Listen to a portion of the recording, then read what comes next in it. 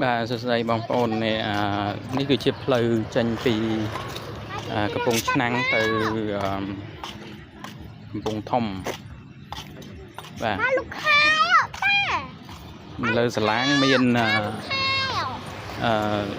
ឡានដឹកដូងអញ្ចឹងយើងចេញទៅយើងមានផ្លូវបត់ចេញពីចំណតគេហៅកំពង់ឆ្នាំងណា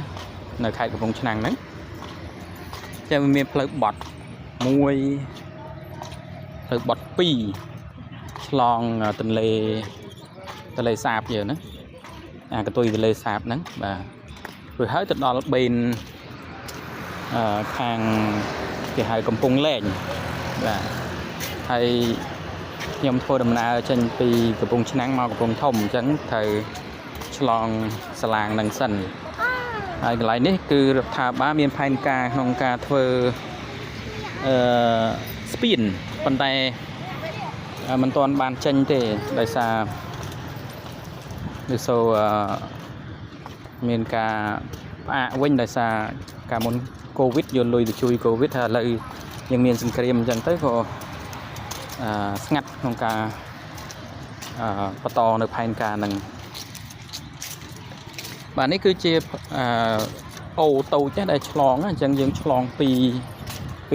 ព្រែកហ្នឹងឡំអូព្រែកបាទហ្នឹងហើយ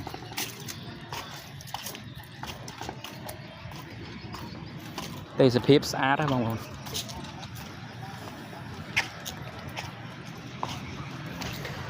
ម៉ូតូតម្លៃ1500ហើយមនុស្សតម្លៃ1000ចឹងបានមនុស្សអត់ទេចឹងទាំងមនុស្សទាំងម៉ូតូវា2500តែឡានផ្សេងហើយបើឡានដឹកដូងនេះផងរត់ទៅថ្លៃទៀតហ្នឹងខ្ញុំចេញពីកំពង់ឆ្នាំងមកម៉ោង5មកដល់កំពង់លែងម៉ោង5កន្លះអាហ្នឹងចេញនិយាយចេញបណ្ដោយបាទហើយ